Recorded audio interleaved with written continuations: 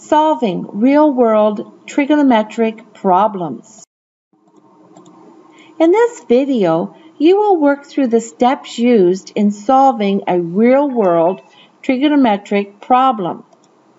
These steps will be used when solving any real-world problem. Step number 1, understand the problem. Here is our problem. A sailor wants to anchor his sailboat 40 meters from a lighthouse that is 15 meters tall. Determine the angle of elevation from the sailboat to the top of the lighthouse that will result in this distance.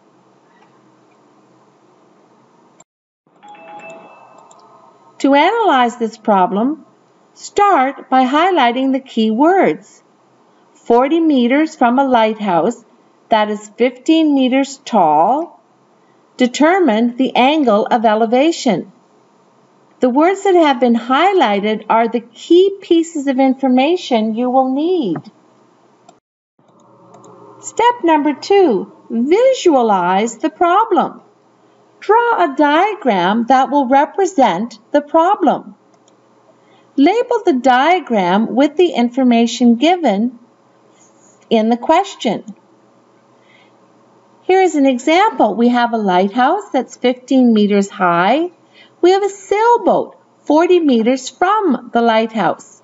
And the angle of elevation is the angle formed from the sailboat looking up to the top of the lighthouse. 15 meters is the opposite length. 40 meters is the adjacent length.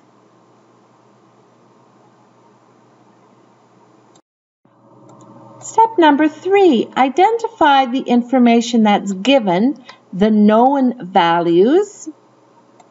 Write down what is required, the unknown values. So, what's given in the question? Opposite is 15 meters. Adjacent is 40 meters. And what we are required to find is the measure of inclination. Step number 4, determine which is the appropriate formula to use. Since we are given the opposite value and the adjacent value, we will use the tan ratio. Remember, tan theta is opposite over adjacent. Now, substitute into the formula.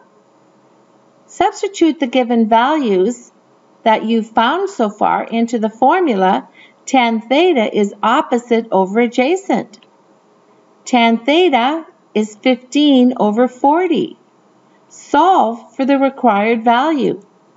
On the calculator, you're going to enter shift tan, or second function tan, bracket, 15 divided by 40 bracket, and you should get the answer 20.556. We will round it to the nearest whole number with 0 decimals, so theta is 21 degrees.